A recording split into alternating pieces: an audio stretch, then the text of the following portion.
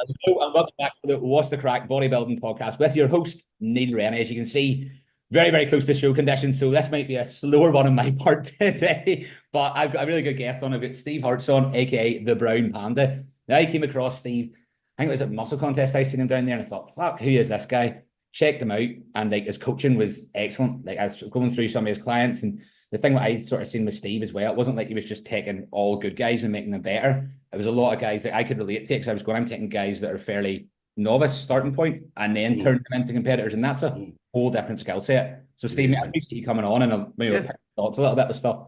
honored to come on. Thank you so much. And yeah, look, oh God, I suppose we were chatting there just before we came on and started live on camera. So I'll go back into a bit of myself. My name is Steve, or for everybody, I always be Panda. And I've been in bodybuilding now for just touching 19 years, nearly 20 years. Lifetime. And yeah, long time, nearly 2 decades in the game. So plenty of experience. Well, as I was saying, I was chatting to Neil before a little bit about myself, a little bit about my background. So I'll go back into that a little bit now. But basically, I grew up in Dublin, and as a kid, I struggled a lot with my weight, struggled a lot with my confidence. And at the time, my father was in a bodybuilding gym up in Kimmage in Dublin, in the KCR. Some people that are listening in might remember that was an old school gym. And my pops used to train out there with a couple of his mates. But he's a singer and he's an entertainer, and he used to travel up to Northern Ireland every weekend or every second weekend to do gigs up the north, and that was through the troubles as well, so it wasn't easy. He was going up at times with a Republican reg on, and they had to flip it over to a UK reg just to be able to get through the towns and stuff like that. It was the drama, honestly, the drama. Yeah. But he used to buy Flex and Muscular Development when he was up there, and he'd bring them back down. And as a kid struggling with confidence because they were overweight. The first time I laid my eyes on one of these magazines was 93. Flex had just won the Arnold in his yellow trunks. I think he was like 212 pounds. I was probably the best version of Flex we've ever seen. And I remember looking at this guy on the front of the cover and thinking, oh my God, what is that? Like, just from a wow factor, purely because anybody I'd seen up to that point was like, Rambo, Conan, that kind of thing, like everybody. But I never realized that other people were looking like this. So I was totally drawn into these magazines. And as we were discussing before off camera, like these magazines were biblical. They were huge. And the knowledge and the information that was in there wasn't overwhelming either. It wasn't scientific, and it wasn't jargon. It was just basic, you were reading a diet and it was a cup of this and a cup of that and a half a cup of that. It was simple. But then the next magazine I got, I'll never forget, was Dorian after he won the Night of Champions. And Dorian had the slick back blonde mullet, and he just had this steely cut look that was just completely different to everybody else. And I'm going to think, this guy fucking means business. He is serious. Serious. And then when I read through the magazine and found out he was from Birmingham, I was blown away because, like, obviously Birmingham's just over the water. And I asked my dad, does he see anybody in the gym like that? And he's like, no. He said, these guys are Mr. Olympias. And I was just like, wow, I need to know a little bit more about this. So fast forward anyway, when I was 16, I moved to South Africa. And I was quite a big kid. I was like 16, but I was like 118 kilo. And I was playing rugby in Taranura where I went to school. But I was good, but I wasn't passionate about it. And it was really more because it was very cliquey up there. And, it was like a who's who kind of got into the teams and stuff. But nonetheless, when I went to South Africa, the first day I was in the class, I got dragged out of the class thinking, oh, God, I'm in trouble here. And it was actually the coach of the rugby team. And he dragged me out. He was like, I believe you're Irish. And I was like, yeah. And he's like, yeah. And do you play rugby? And I says, I do, yeah. He goes, great, great. We need you at 10 o'clock up on the field, which means like on the field. 10 a.m., bring your togs, which means your rugby boots, and don't be late. And I was like, great, grand. So I went there and I was like, these huge guys. And I was like, there's no way these guys are 16. Like, I'd never seen 16-year-olds this size before. So we did a week's training, and then we went into this place. It's called Paul. It's out in the middle of nowhere. It's country, the Boerland in South Africa.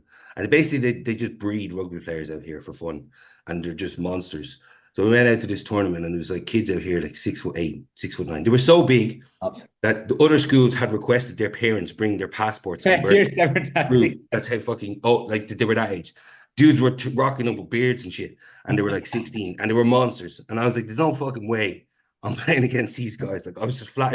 The fear in me was ridiculous. But I was like, "How are they so big?" Saying to the guys on the team, and they were like, "Well," I was like, "Well, they eat pop. Pop is like kind of like cream of rice, but like in it with butters and stuff like that, and oats and meat." And that's that, and lift weights, and they do. They genuinely do. These kids are lifting weights from the age of 12, 13. I was like, fuck me, I need to start lifting weights. So when I told my dad got me, like, you remember those old, like, like all in one home gym units, like, it Yeah. had like a leg extension and a pec deck and a press and a Oh, pull yeah. down. Okay, Yeah, gentlemen. those shaky ones. Yeah, Yeah. got that and put it in the garage, and I started lifting weights. And fast forward 2 years, I made the provincial team. And then I was on the SA schools, like, kind of panel, but then I didn't make the final squad of 22. And then we had a touring site down from Art School Reach in Limerick, and that was Paul O'Connell's rugby school. Right. And they came down and they heard there's an Irishman on the team who's provincial. And they were like, would you like to come to Munster to the academy? So I was like, fuck yeah. Nice. So they flew me out there the following year after I graduated from high school. And I played in the academy for 6 months, but then the academy went like kind of bankrupt. So they let me go. Now, my parents are halfway across the world. I'm on my own and I'm back in Dublin. Early 2000s, party time. I was like, Dublin was nuts back then. Nightclubs. It was crazy. And I didn't care anything for fitness or rugby. I messed about a little bit, but yeah, wasn't really, really into it. Then 2006, we had the recession, and I was working on an engineering plant as a cable puller, and I got let go. And when I got let go, I was on the dole, and I really let myself go. So I wasn't happy. So I was like, right, I need to do something about this. So purposely got myself a membership in a gym in Kevin Street in Dublin City Centre, which was about 45, 50 minutes on a bike. So I got it on purpose, just so I could cycle in. Okay. Yeah. So got the membership, cycled in, cycled out, got some lessons off a personal trainer, and I loved it. Like, I was into weights anyway before, but I just loved it because he was a bodybuilder. Were you a And I big remember lad at that point, yeah, still, please?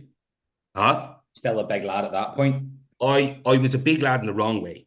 In, Right. in the wrong way. I was carrying a little bit too much more fluff now than I would have liked. You know what I'm saying? So, but when I went in, I met this fella, and he was jacked. And he was a real Dublin lad, like a real, like, inner city lad, but he had great shape. And I was just like, man, he looks sick. So started training there, and that was grand. And then one day, out of me being unemployed, I decided, right, I'm going to Ibiza. Don't know why. Just said to myself, I'm going to Ibiza. I just need to get out of here. Went off to Ibiza. Went there for 6 months. Got myself a gym membership when I got there, and that's where I opened up my eyes to bodybuilding properly, because all the lads over there from, like, the UK, Wales in particular, were all bodybuilders. Whereabouts, Steve, were you for that time frame? Hmm? Whereabouts were you staying in Ibiza at that time? San Antonio, Right in the middle of right in the heart of the yeah. nonsense. Yeah. So, but when I went there literally with €500 in my pocket, nowhere to stay, and a black bag. And I just said, I'm here. I don't care. I'm just making it work. Got a job working security, like, every night. There's no nights off. But I made sure, like, I was like, I'm gonna get a gym membership. So I got this gym membership, and all the lads in there were all security, but they were all Welsh or from Leeds or Newcastle, and they were all just jacked. Yeah. And they were all like real well kept. And I was thinking, man, this is fucking serious. And I started talking to them, about bodybuilding, about gear, because I never really spoke to anybody about gear before. Yeah. And they were all kind of telling me about their cycles and things like that. And I was like, okay, that's cool. And anyway, I met a girl over there, and she was from Scotland. And she asked me to move back with her after the season if I wanted to, because I had nothing really to go back to Dublin for, to come to Scotland. So I went to Scotland in 2000, late 2007, and started working over there in the kitchen as a chef, because I had no real vocation for anything, but I loved the gym. So I got a membership in the local gym around the corner. And for 7 years, I trained on my lunch break as a chef. Hour and 15 minutes. I used to jog to that gym.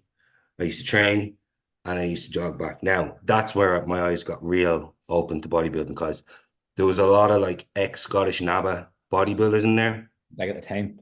at the time. And they were, bodybuilding has changed so much in the last 2 decades over, like, this kind of scenario I'm going to talk about now, which is like when you'd walk into a gym, you'd know who the bodybuilders were. Yeah. Like, they were always the big alphas with bald heads who looked like they just could, like, they just tear you in two. And they, like, didn't have any fancy gym gear on. Some of them were wearing jeans, and they're just shovel hands, and they moved weight, and it was just like drinking milk in the middle of the session, all this nonsense. Like, but they were big, big, big men, and they just, and the iron was like steel cast fucking welded together iron. And that's where I started off really, was in with these guys, you know, and they wouldn't talk to you. You know, they wouldn't talk to you. You go in there and you'd be trying to like squat 4 plates aside and bench 3 plates or 2 plates, whatever, and deadlift 3 plates, 4 plates. And they literally like, you know, they just kind of give you the nod and stuff like that. But they never would like, because kids, younger lads, they come in and they really wouldn't stick to it. But Yeah. every day I just kept turning up and I kept turning up and I kept Earn turning the up. right, essentially. Earn the right. That's That's exactly it. the Like thing. earn your stripes. Yeah. And it was like 2 years in, and I remember there was a guy there. He was a natural Scottish bodybuilding champion. His name was Jimmy Blythe. Mhm. And he came up to me one day and he goes, "Scott, you're building a good little wee physique there." And that blew my mind. I was literally, after one guy just telling me I look good, I was just like hooked. And then at the time, the UKBFF started the classic division. Now, the classic division back then hadn't started, in the US yet, but the weight to height limit was real low, like real low. Yeah. So for me to make that limit, I needed to be 78. Like, now, to put it into perspective, I'm walking around at the moment at 106, 107. Yeah. So like I had to be 78 on stage at that time. And so that division came in, and you know, again, in the gym, little flyers, little posters on the wall for shows.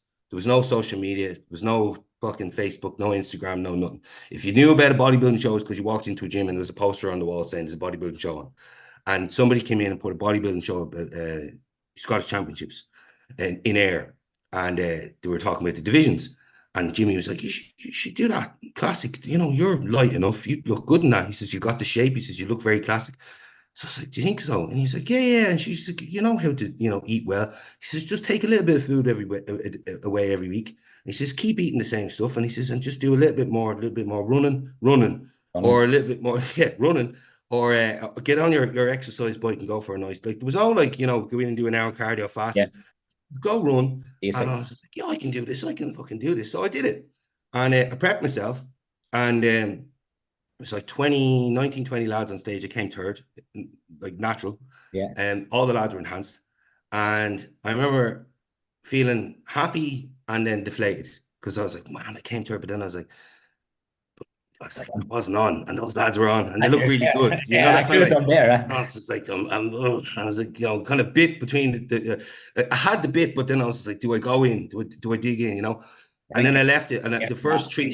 Don't they? Everybody gets to that point when they've done that show, especially do it naturally the first time. It's like, right, that's cool, but I want to progress, and that's where it bites you, and that's where you sort of end up going for it. The book gets you then when you see what other people are capable of when they're enhanced, for sure. Especially when you've done a few shows naturally. Like, there was natural feds, but it didn't interest me. No, it wasn't the ones that there were flyers up on the wall for.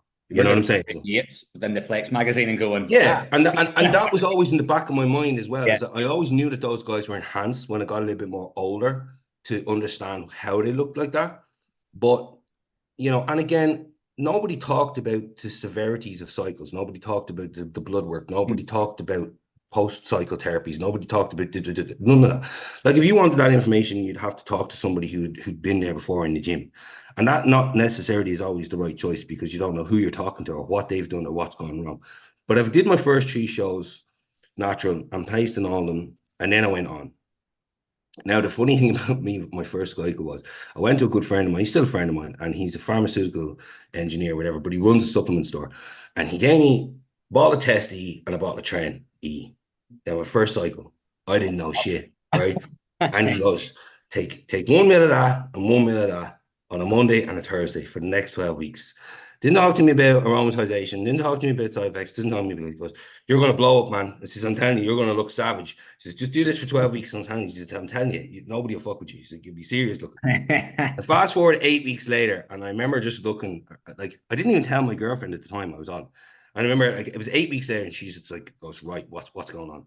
Like, what is going on? You're like, massive. What is going on? I was like, well, what do you mean? She says, you're using something, aren't you? I was like, no, yeah. And I was like, shitting myself telling her. Yeah, shitting myself telling her. But I told her, and she was not happy about it. Not happy about it at all. But look, she got over it then. But yeah, and he guided me in on that. And then, of course, I wasn't aware of the sides, so I didn't know what I was looking out for. And I start lactating. towards the end of the cycle. Insomnia, the night sweats, they having to change the bed sheets, all that stuff. And I was like, yes, the look is amazing. Like, I couldn't believe how well I looked, because I was really lean when I started. And you're lean when you start, and your first, like, especially on that kind of stack. And then I blew up, but then the sides at the end were horrible. So it was a while before I went back on again. And when I did, I was always dabbling between, like, I was reading a little bit more, and I was trying to understand like compounds, and I was trying to understand this. But again, the information was so limited. Like, people now can literally just like that. What's DHT? What's this? What's that? How does train affect you? There was none of that. Like, the forums had only just started. Like, UK Muscle Forum had only just started, like, not that long. Like, Dante's stuff wasn't out that long. Like, the magazines didn't really go into detail on cycles and stuff like that, It was more underground for sure, to a point. And then, as you say, it was more based off anecdote and people's experiences rather than anecdotal experience and underground. Yeah, literature. 100%, 100%. So then, I've done a lot more shows then, and then when I left Scotland, which was 2014, I went up to Edinburgh. I did my master's, and then I came back to Ireland in 2015, and I started training in the Coliseum gym in Ballyfermot. Great bodybuilding gym, good gym. And there was a couple of lads in there I met in there. One was Adam Lazaro, and another guy was Alan Cushion, a friend of mine. And Hugh O'Donovan was in there. He's former Mr. Ireland, whatever. And it was a good gym, great gym, a lot of bodybuilders in there. And I started personal training, and I had kind of looked after a couple of people before, because the year before that I was in Manchester, and I was working as a PT out of a gym there, and it was a very successful gym. And I had competed the year before as well, like a couple of times. It's a funny story, actually. The year before, and I always tell people, how bad do you want it? And when I say to them, how bad do you want it, I always relay back to this. 2014, I got a job interview, and it was successful to go over and run a chain of gyms over in Manchester, and I went over there. But the gym was like a construction site. And when I went over, I was staying in a hotel. And I was prepping for the Max Muscle contest show, which was Aunt Bale's show. Yeah, so I know that. In Newcastle, right? And I was doing men's physique, right? Natural, right? Because I hadn't been on for a while, but I was in serious shape, man. But I was living in a hotel, and I had no amenities to cook whatsoever. So I got the tea lady or downstairs in the kitchen to give me 2 kettles, right? And I had a kettle in my room. And I used to buy boxes of boil in the bag rice, right? Eggs, and I used to buy Zippo block bags for veg, and tins of tuna and wild salmon. Was my protein sources. Boiled eggs from the kettle, boil in the bag rice in the bag in the kettle, and veg. And the oats. Do you know the little pots that you put the boiling water in? That was it. I prepped for 8 weeks straight in a hotel room, out like that. That shows you what can be done. Like, I guess if you remember the Samson Dawada, obviously Mr. Olympia now, the story of him in South Korea, was it? I think. Yeah. And he was not allowed out of the hotel room. He was prepping for a show then. I know, sure. I'm friends with Samson. I was over at his gym opening there. With his private gym opening. Yeah. Awesome. I was over there. I've known Samson for quite a while, but remember that time when he was over in South Korea? And it just it can't be done. And 3 weeks straight, 3 weeks straight in the room, and and basically people underestimate the power of the mind, which I know we'll get into a little bit more later, but people nowadays will look for any excuse as to why they can't do something. And I don't look for excuses. I just look for solutions. When I went to the hotel, I was like, right, this can be done. I just need to find a way. You know what I mean? So, and people look at me now and they're like, how did you do that for 8 weeks? And I was like, because I wanted it bad enough, you know? But anyway, 2015, started prepping those lads out of the Coliseum. And then I decided, because I was in shape myself, that I would compete myself alongside them. And it was the worst thing I could have done, because like every good coach, or I at the time was aspiring, you try and you have to always put those people first. Yeah. Always. You will sacrifice your own progress over theirs. And that's exactly what I did.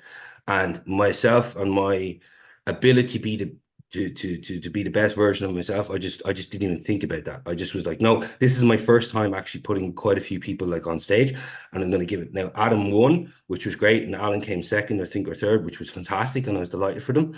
But Jesus, that look, I don't even want to ever look at that look. It was horrendous. You know what I'm saying? But out of that, I started to coach, and I coached Claire McGrath in, who was IFBB pro in fitness. and I coached her to win her Arnold Classic in South Africa, and she turned pro off the back of that. And yeah, so that was kind of 2017-ish type, 2016, 2017, and I was still coaching out the Coliseum. But I kind of I just decided, like, no, I'm not competing for a while. I want to kind of give this coaching a bit of a bash. But, things happen in life, and, Claire decided to not compete as a pro. The lads kind of stopped competing, and, the well kind of dried up a little bit, if I'm being honest, as things do in this industry. Sometimes they go from highs to lows, and they go real quick, and you find out, like, oh, fuck, right, like, I need to look somewhere else for a different avenue of income. So I did, and I started working for the bank, and I got my credentials, got my QFA, all that kind of stuff. And on the side, I kept coaching. And it wasn't until, and I was doing transformations all the way up until that point, but it was all just people just texting me, like, oh, I heard you did this with this person. But it wasn't until 2023 when I started Panda Performance, when I had done quite a bit of work up until that point, but obviously it wasn't publicized, or it wasn't on Instagram, or it wasn't on social media. So people were just coming to me from word of mouth. But when I decided to do it like full time from 2023 onwards, I was like, right, I'm good, but I know it can be better. And I just need the workload to be better, And the hustle in this game is so difficult because there are so many people looking for a place at the table. Like, there are thousands out there, and some are good, some are worth the dollar, and some are terrible, and they're not worth it at all. I'm just going to be blunt with you. Like, I look at some of the work, I look at their followers, I look at their the likes, and people are going, why are you looking at that? It's because it blows my mind that people can get like that kind of hype and that kind of interaction from, like, in my opinion, subpar work, if I see a transformation, I want to see something that blows my mind. I want to look and go, holy shit, that's nuts. You know what I mean? And if that's, like, I will be the first person to turn around and say to any coach, hats off to you. Fucking what it's on. I'll be the first. I don't believe in not calling or saying it like it is, because that's what's wrong with the industry. We're hiding behind each other's, personas, and thinking like, I'm not going to give that person credit because why? It might take food off the table for me. No, it won't. And now I don't think it has to. Obviously that was one of the reasons doing this podcast and getting other coaches on, to highlight them as much as it is to highlight myself. But it's very much a platform for other people to speak, because 100% this industry, but at the same time, there is so many, and this isn't to be derogatory, this isn't meant to be about, like, certainly not meant to be a negative podcast at any point. No. But so many poor coaching standards, I say, there are people way over the odds for a very mediocre at best product. Exactly. Yeah, exactly. And that's, I kind of had a chat. I said this the other day in my stories, as I was like talking about people like coming out the gate and as coaches and charging like extortionate money, in my opinion, like 200, 250 quid a month, when they don't have the experience, they don't have the knowledge, they haven't got the time under the belt themselves, they don't have the work to back it up, and yet for whatever reason they feel like that their work or they themselves is worth that much money. And I'm like, it's like you getting an apprenticeship as a company, and after your first year as an intern going, right, I want that CEO salary right now. It just doesn't work like that in any other industry. Even Steve, it's an analogy for bodybuilding too. Like when you, like you said, when you walk in that gym starting off, you're there in the stripes there. Yeah. Like as a bodybuilder, like myself, I see this as me earning my stripes, climbing the way up the ladder, of the coaching game. Yeah. I see a lot of time within, I suppose, a younger generation, because it is so social media driven. There's every shit offering you fucking six-figure this, six-figure that. Yes. They want to skip the steps. They feel they've already given the right, when they haven't had the experience, they haven't got themselves in shape half the time, which is baffling to me. Like that's And there's no evidence of actual results, and that's, you do all the fancy TikTok shit, but like, there is going out, go, whoa, there's a fucking result. Result. Result. Look at mine. And it's like that's what coaching is about. 100%. Somebody, because you respect them for it. Yeah, absolutely. Like, I mean, like you can have all of the fancy reels you want and all that kind of stuff, etc. But if the work doesn't add up, or if the clients don't look like, from start to finish, like serious, and more importantly, as well as like I feel like you as a coach need to have walked the walk multiple times. Yeah. Like Yeah. you need to have been there multiple times, like I've done, I think it's 14 shows. And out of all those shows, one show I didn't prep myself. Yeah. Like, you know what I'm saying? Like I prep myself for all of them because it puts me in a better position right now to read between the lines with every single client. I don't put anybody through any protocols that I haven't ran before myself. Yeah. There's no diet, no drug, no nothing that I would put a client on that I haven't done. And I've done the extremes. So when anybody tells me this is a little bit rough or a little bit extreme, I'll just simply go, well, I've been there Yeah. multiple times. And I've been there with 4 kids. So, like, don't, you're living at home with your mom. I don't want to hear it. Like, you know what I mean? Like, just get on with it. Like, it's not an excuse. I You know what I know. mean? Yeah. Like, but it's just being blunt about it. Like, Yeah. the harsh, you asked me, like you said to me earlier on in the introduction, you probably have seen a lot of changes and Mm-hmm. differences in the industry. And the biggest change is bodybuilding losing to a certain extent its hardcore element. And what I mean by that is, back in the day when guys prep for shows, they were willing to fucking die on the prep to get in shape. But now everybody, because they're so exposed to other coaches or other clients or other people's ways of doing it, and because they're so talked about, they feel that if their coach tells them to do something that they feel might be like difficult, that they're like, do I really have to do this? Because so-and-so's not doing this, so why am I doing this? Maybe he's a better coach for me. Maybe I should go to him because he's only got her doing or him doing half an hour and I'm doing an hour cardio.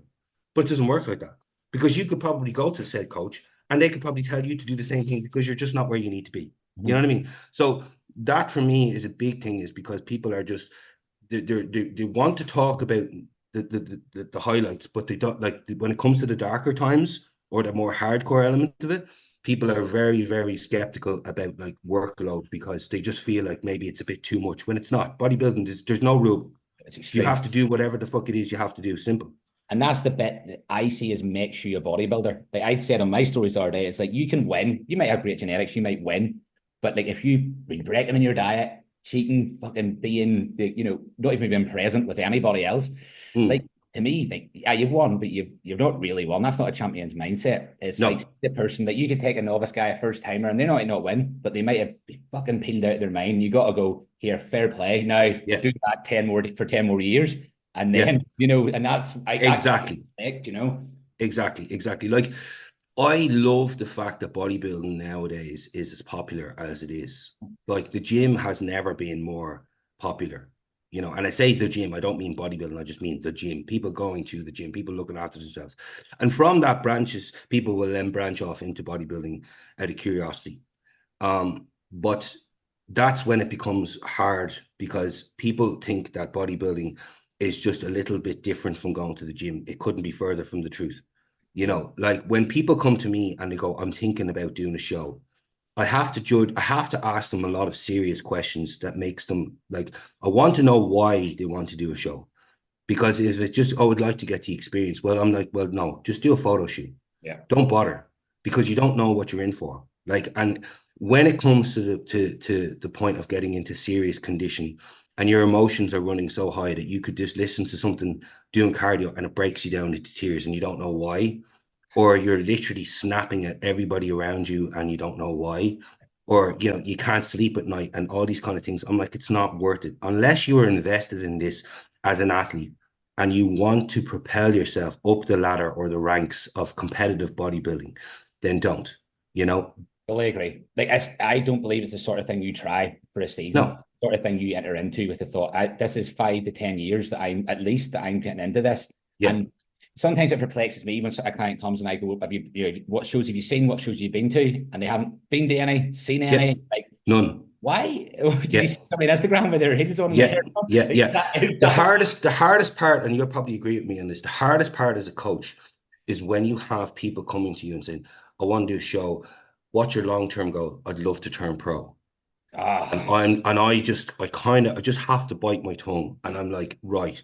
And I'm like, who's your favorite pro? And they'll name like Urs or Seabum or someone, or something like that. I'm like, right, okay. And then I'll be like to them, have you been to a pro show? No. Okay, have you seen a pro in real life? No. Have you been to an amateur show? No. Okay, well, let's start there. right? Because first of all, go to a high caliber amateur show and have a look at the people there and see, do you think you have the minerals to stand next to some of these guys who've been there, by the way, probably for about at least 5 years, if not a decade, putting in that graph to look like that. And then ask yourself, are you willing to turn up every single day? And I don't mean just in the gym here. I mean 365 days of the year for the next 10 years. Are you willing to put in that kind of sacrifice to look like that between now and then? Because if the answer is no, or even remotely no, then this is not the sport for you. Yeah. Because people think that it is just the 5 day a week in the gym job. Couldn't be further from the truth. And it's probably why my social circle now is just around people in the game. Yeah. Because they only understand, we understand each other. You know what I'm saying? But to the people who I grew up with, they don't get it. My parents, they get to a certain degree, but then they don't. They think you have to have an off switch. And I'm like, yes, I agree. There has to be an element of downtime, but it still doesn't mean that I have to derail, or the clients have to derail their trajectory or their focus or where they need to be. Because at the end of the day, if you want to be the last person standing on the stage, that is what it is going to fucking take. Everything and anything that you have on a daily basis to get there. And people are very, very misled about that concept. You know what I'm saying? So that is one thing that gets to me. Yeah. And Steve, I think it's interesting. Like, for us, obviously, I'm in the game a lot less time than you, but it's something I notice as my trajectory and passion for the sport has continued to grow and grow.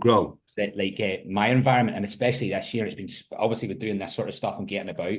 It's become just of the bodybuilding, and I've just started to love it fucking more and more, get better and better. And I'm 100%. By professionals, world champions, and it's driven me definitely. And speaking to people as well, it's driven me to another level, and I sort of love it. But with that, it probably has pushed people aside a little bit. Like, thankfully, my mother is fucking all about it. She's the Tyler Mannion there. She's the main judge, so she's very invested. But aside from that, my friendships and relationships are mainly now bodybuilding, and that's you have to be. I think you have. It's not that they have to be. It's just they're going to be. It rolls into that. It automatically rolls into that. You know, like I just looked at the last 2 days, all my mates going to Oasis.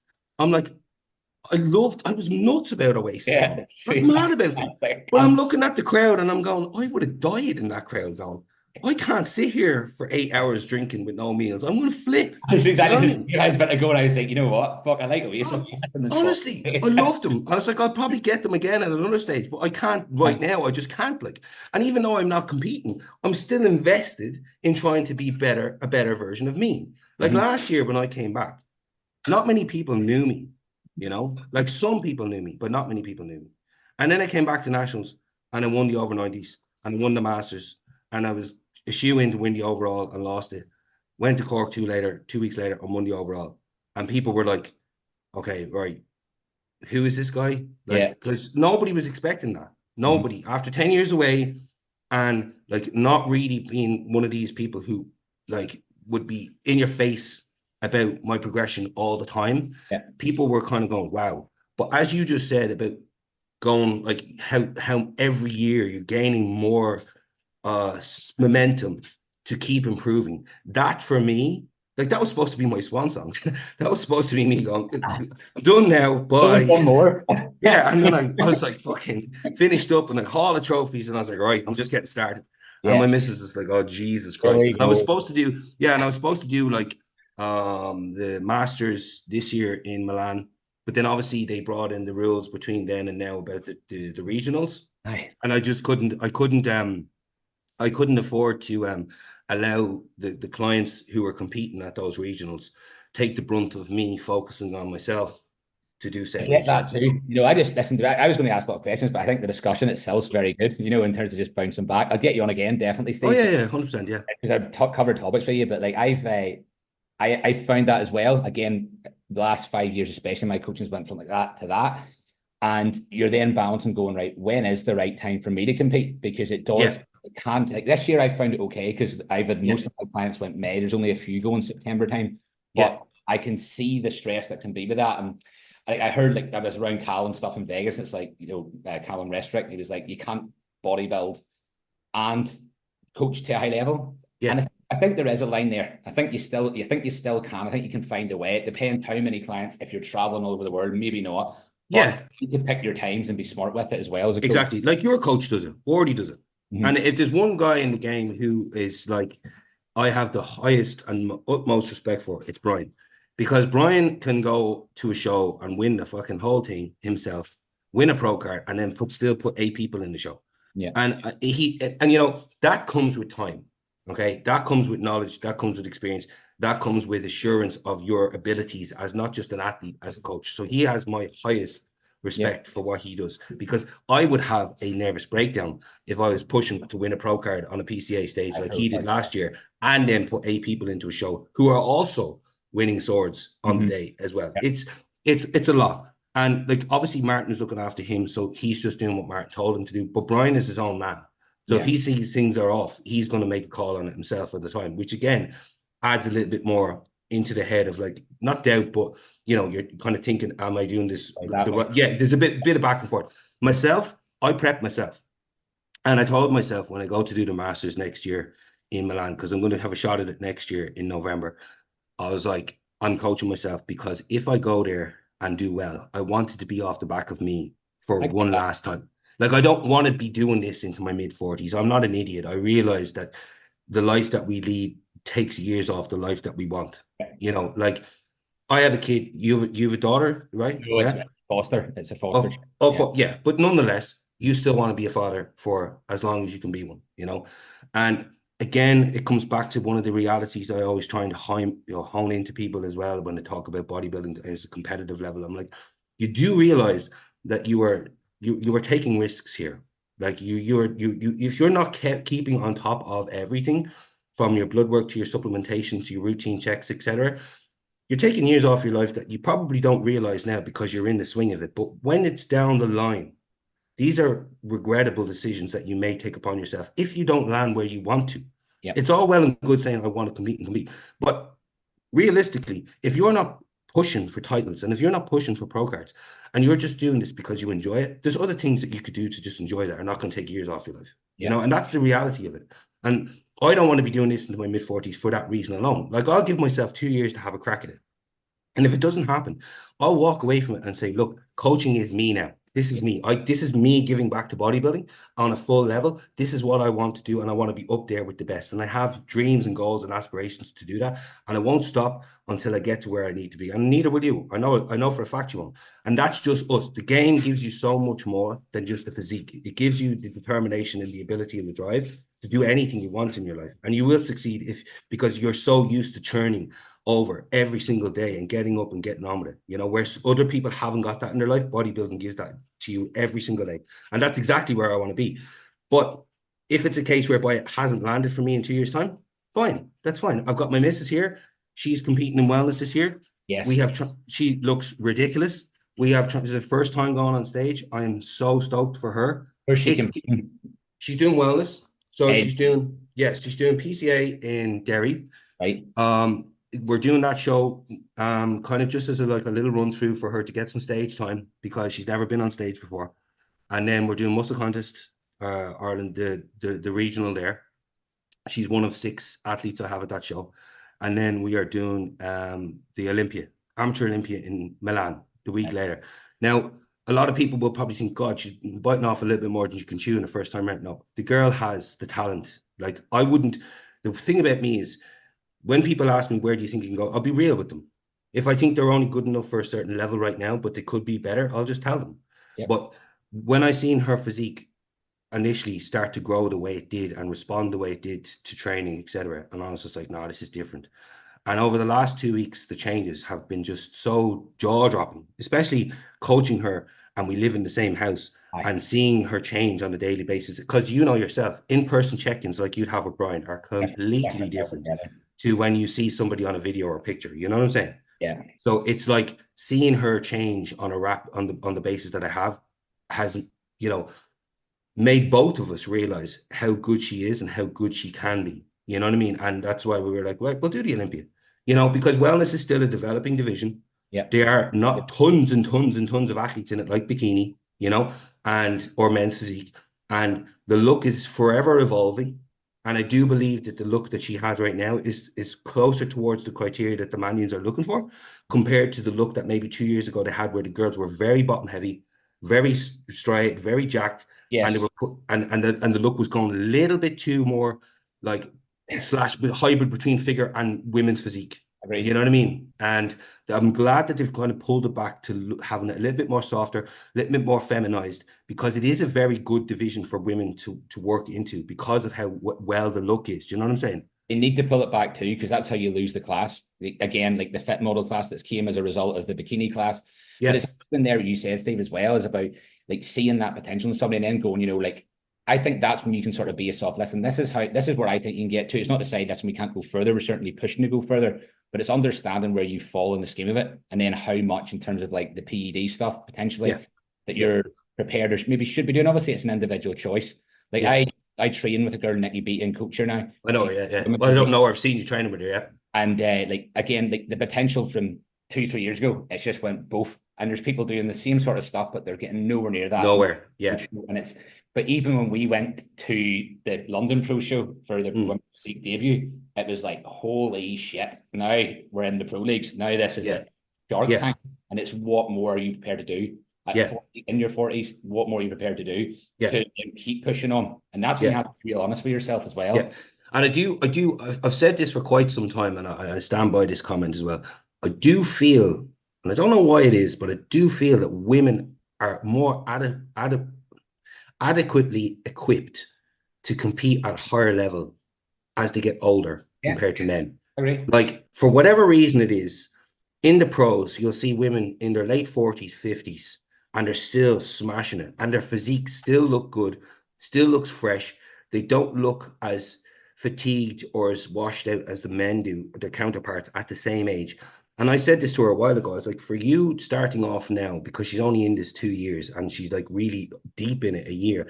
I was like, it's you're like so novice in this that you could go on for another 10 years into your like Yeah. late 40s and still be like unbelievable and developing. You know what I'm saying? I mean, there has to It's be an aspect of it as the amount of drug load that's used or necessary at that yeah, point. In terms of absolutely. as an open meal, a top end amateur open meal, the drug just gets high, and there's just Yeah, simply no way around that. Obviously, yeah. females are higher, but it's so relative that I can't imagine. I don't believe it has the same like harshness on the body over No, time, you know. no, definitely not. And like as well as that, like with women as well, I do believe that in their off seasons, like they can, it's more in their benefit naturally and hormonally to be that little bit fluffier.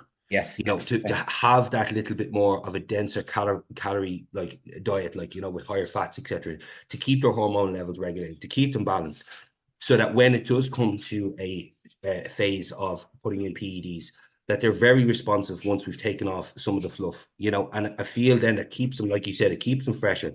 It keeps their ability to keep going in the right direction, like linear, without there being too much of an overload on PED usage compared to guys who are literally blast crews forever and not taking breaks. And like, it's mad because like when I was over at Samson's gym opening, and man, the guy's like standing there, 325 pounds in front of me. And I walk in, he's like, hey, and I'm like, hey, and I walk over and hug him, and it's like hugging fucking rooster bags of potatoes. Like, so big. And so I'm like, and he's massive. And then I'm like, bro, giving him a hug. And he's like, chatting away, whatever. And I says, so what, like, how many weeks are you off now? And he's like, yeah, this is my 9th week. And I'm like, guys aren't doing that. Guy amateur. and I'm like, it's mad. And he's like, yeah, I've got another 3 or 4, and then I'll start on a little bit. And I talked about this on my stories when I came back, and people were like, oh, messaging me on, it's bullshit, it's bullshit. And I'm like, no, it's not bullshit, you twat. I'm like, you are talking about the 1% of the elite Yeah. in the world here. Okay, they can afford to take 4 months off, 3 months off, 5 months off gear because they're not losing anything. And when they do go on, they just boom, they explode and they put on size and they grow into shows. Lavroni did it, Ronnie did it, Phil did it. They all did it because look at them. They are able to do that because they are genetic freaks. They all do it. Whereas us, mere mortals, have to do that little bit more to gain that little bit less, and they're like, They're just, people can't understand it. They think it's all bullshit. And I'm like, it's not. This is what makes them the way that they are. You know what I'm saying? This is where the argument comes. Well, Ronnie done it this way, Branch trained this way, so it works. But it's like, hold on, you're talking about the 1% of the 1%. Where does the mean fall? And then maybe we tweak it there to pick the maybe yourself. But reality-wise, like, you're probably not getting away with 4 months off growing into a show on two tests. Not at all. Like, you're 4 months off, you are going to look like the Michelin Man. You know what I mean?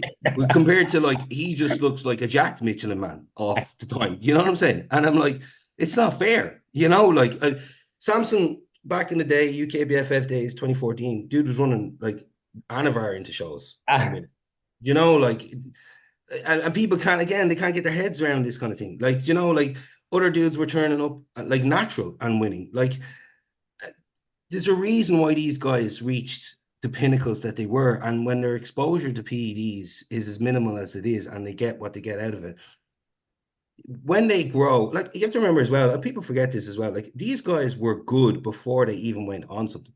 Yeah. Like, Ian Valier was benching 4 plates aside at 16. Yeah. You know what I'm saying? Like fucking, what's his name? Ronnie walked in to Arlington in Texas, like a 21-year-old powerlifter with the biggest legs that your man had ever seen. The owner had, on the Olympia stage, natural, like, high green. You know, exactly. Like, you have to remember these things. And again, when people say to me, "I want to do this and I want to do that," and like, a lot of the time, they just haven't got that the genetic structure, or the makeup inside them to be able to elicit the kind of result that they believe in their head they can get. The most that they may ever get is to be a top-end amateur. Or maybe if they touch the pro card, they get one, but they're starting off then very much at the bottom, and that's okay. I would very much walk out this game as a top-end amateur and have won multiple titles as an amateur, to have never won in the pros, to have just been at the bottom of the food chain. Like, that would what that's given you, Steve, then as well. Like, that's my goal. Realistically, it's top end amateur. I'd love to win PCA over all titles in the next 3 or 4 years. But what does this game give you away from the stage? Like, you're building the coaching business. Maybe taking other clients, like your girl there, that could be a pro.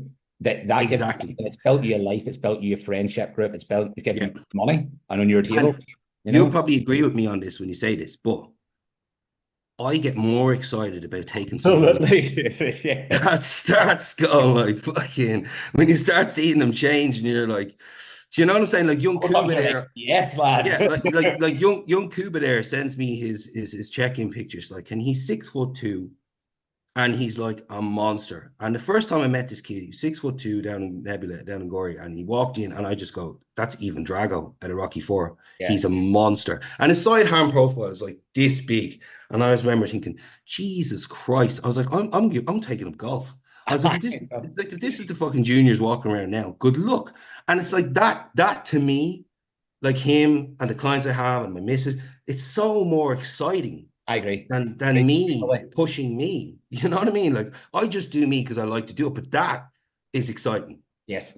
Internally, I like that, having that and proving it to myself a lot of the time. When I can get, like, for me, it's like, I'm going to get peeled out. Like, it's like that little bit of monk life existence. You can go channel that. But as a coach, that's where it falls. Like, again, to just not talk too much about clients, but I had a couple of junior guys this year, they're twins, with no exposure to PEDs. Really, they're doing a bit of powerlifting. Look at their powerlifting. They were benching 180. They fucked, right? Then they were 5 plates, and first exposure, 250 test, just went both. And you were like, whoa, that's and it blows you are probably like me, you get excited. Yes. You know what I mean? You get excited as a fan and as a coach and as a mentor. You're like, wow. Like, and again, it's good for us that when we finish with bodybuilding, that it gives us another outlet to have to put our efforts and our time and our experience and our enjoyment into that, and not walk away from the sport and totally just leave it. You know, because I've seen some people who walk away from bodybuilding and they hate bodybuilding. They, talk negatively about it, and they don't want anything to do with it. And I'm like, that could never be me. Never.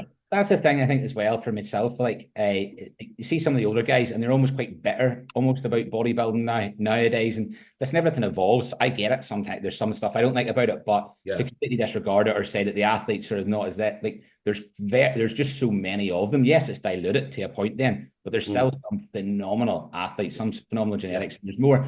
It's a business for everybody, and end of the day, if you love it, what is wrong with people? You know, And when you do, like, you're going to do Birmingham, when you go abroad, even to England, don't even have to go that far.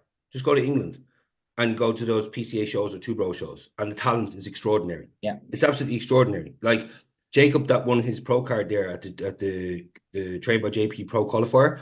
He was in the class 1. He gets coached by Martin Winston. Yeah. So when I went to the Gasmark 10 Classic a couple of months back to Rob's show, he walked out class 1, and I was sitting with Luca Paula, the 212 pro, and Nathan Styles was behind me, and literally the three of us were just like, who the fuck is that guy? Yeah. Like 6'3", probably 6'2", massive guy. He took up the whole stage, and I was just like, well, there's the overall winner. And he lost the overall to Rich because he just wasn't in shape. But it was a run-through show for him and Martin just to kind of work on a few things before he peaked for that Train by JP Pro qualifier, which, to be fair, he just walked out, and it was like, right, that's it. Like, and that's mad that a guy can walk out there, and he was men's physique 2 years ago, and he was 137.5 kilo on stage at the pro qualifier. That's nuts. And he can walk out and literally in 2 years, like in that space of time, in 2 years, put on that much tissue, and nobody really know much about the guy. Yeah. And then all of a sudden people are calling him like Samson's little brother and stuff like that. It's insane. And that's, again, what I come back to is people is just like, there are guys out there just born to do it. They're just made for bodybuilding. And when they get it together and they have a good coach and they just get in the rhythm, you can't stop them, you know. And some of us just have to take so much longer to get to even remotely being good. But this is where the passion and the drive and the motivation and the vision that you have for yourself will hold you down. If you're true to yourself and if you're true to what you want, you'll be doing this day in, day out, regardless. Do you know what I'm saying? End of the day, you have to see your self improvement too. That's 100%. You can't go, fuck me, Samson. I'm never going to be Samson. No, you're not. No, I can attest to that. If you're going, right, I'm adding 10 pounds of muscle every single show, coming in, razor sharp, refining your process. Like, to me, that's a win. And eventually you're going to get somewhere pretty high in the sport. I look at guys like you, have a, Rennie on that's been at it for a long, long time. Warriors, 10, 15 years in the game to get to that level. It hasn't came overnight. They've had to have a real passion like yourselves. Yeah. To get there. Like, you're not walking in year one unless you're a freak and getting something like winning it and all that, all the glory. You got to be invested for the long run. I think that's a very good sort of take home point from this as well. Yeah, 100%. Yeah, definitely. Yeah. And I think as well, like, from the younger generation's point of view, and I love to see it. I love to see aspiring bodybuilders. I love to see the junior guys come in. I always just say to them is, don't focus on the future too much. Focus on the present. Right, like you can't control what's going to happen in 10 years time. You can only control what's happening in front of you right now. And if you focus on the daily tasks, every single day will just roll into the next one, into the next one, into the next one. And between now and 6 months, the progression should you have ticked all those boxes, will be outstanding. You know what I mean? And if you can keep doing that all the time, there's nothing stopping you from being or having as close to the vision or the dream or end look that you perceive in your head. But it's when you take breaks or you have, excuses or drop-offs. I can honestly say, in 19 years of bodybuilding, I have never had more than 4 days off the gym in a row. Yeah. Like, just because I had to, because my body was bed up. It wasn't because I have never in my time said or turned around, I'll get back at it. Like, I'll get back into it. Do you know when you hear people and they're like, haven't been for a while, I'll get back into it. No, I've never, ever said that. And I'm sure you're the same. I've never said that because I wouldn't be able to survive that long. It's part of you now. It's part of me now. Do you know that kind of way? It's my makeup. And I always say this to people, it's like, you can't start this game. You have to be all in. From the start, you have to be all in. And the minute you're all in from the start. And the thing is, it's a competitive sport. If you're not doing it, like, there's 1,000 other people that are catching you. When you see these guys coming up, and that's making the progress. Of course, they're the one you're going, well, I'm not doing the work. They're going to beat me. I'm going to let myself down, essentially, by not doing what I said I was going to do. Absolutely. By getting my vision. Absolutely. Steve, I'm very aware of time. I actually. Oh, yeah, sorry. Yeah, we're rambling on. Just generally, because I see, but 45 minutes, people are like, I sort of see how long people view it for. So I'm always aware when it goes over an hour. I have a mountain of questions and stuff I want to discuss with you. So I really would actually like to get you back on and just pick a few topics and go through them with you, because I think we spoke no worries. Back and forward very, very easily there. But I actually quite like that we yeah. But I always like, what has bodybuilding given you? God, everything. Mhm. If I'm being honest with you, like my career, my achievements, educationally, and like in like from like what I've achieved outside of bodybuilding in the workplace, diplomas and degrees and things like that. Um, it's not just a physical development, it's a mental development. The place I was in when I was a younger man living in Dublin, and that person, he's dead. Like that person doesn't exist. I changed my life in every way, shape, or form because of bodybuilding in a better way. It has made me a better person all Yeah. around. Like, don't get me wrong, what we do is not like for the faint-hearted. And it's not something that people will condone easily because of the way that we go about doing what we do, because it is aggressive. But outside of that, it is probably the best thing that anybody can do for their self-growth or their self-belief. Because if I see a lot of people that go through their lives with no ambition, or no like, how can I say, they're not driven towards anything. No purpose. Like I couldn't do a 9 to 5 every single day and come home and sit on the couch and watch Netflix and maybe take the dog for a walk and get up in the next day and do this again and again. And at the weekend, go to the pub and have a few pints. Oh God, no. Yeah. Like, because over 20 years, you look back, what did you do with your life? Yeah. Nothing. You did absolutely nothing. And the goals that you probably had when you were a kid, you laugh and you joke about it and you think, but there's no need to look upon your life and look back at it and say, well, what did I do? Well, I didn't. I pretty much did nothing. No, I want to look back on my life, and when it's gone, I want to have a smile on my face and say, I did everything I wanted to do. And I achieved everything I wanted to do. And if I didn't achieve it, I certainly worked my ass off close enough to get there. You know what I'm saying? So that is what bodybuilding has done for me as a whole, completely. I love that. That's it, mate. That's exactly it. So listen, mate, I appreciate it. We will definitely No problem. go on again. Where can 100%. people find you, Steve, if they're wanting to, jump on or have a talk with you? Where is that? Where can people find you? If they want. Oh yeah. So obviously my Instagram page is brownpanda_84, and that's my personal page. I obviously do put up the lads or the ladies, work and check-ins and all that kind of stuff on my page. But the clients or the coaching page is Panda Performance Official. So people can hit me up either on my personal page, or they can hit me up on my team page if they're interested for coaching or anything like that, or just to have a chat in general about bodybuilding, because I'll be the first guy to have a chat about bodybuilding all day about bodybuilding, and it wouldn't bother me. But yeah, no, people can hit me up there anytime. I'm sure when I'm doing my Q&As during the weeks, if they have any questions, they can hit me up there too as well. Yeah. Yes, and we'll get maybe if you're at that PCA show, maybe do a show review post show. That'd be quite good. Yes, or muscle contest. But and muscle contest as well, yeah. Yeah. So obviously, you can find me at Neil Rennie Coaching on Instagram. Also, I'm getting a lot of questions in at the minute as well, so I will offer some like consultations on some of them questions, because it's a lot easier to do than just on text and getting a little bit. Yeah. Obviously, follow the podcast.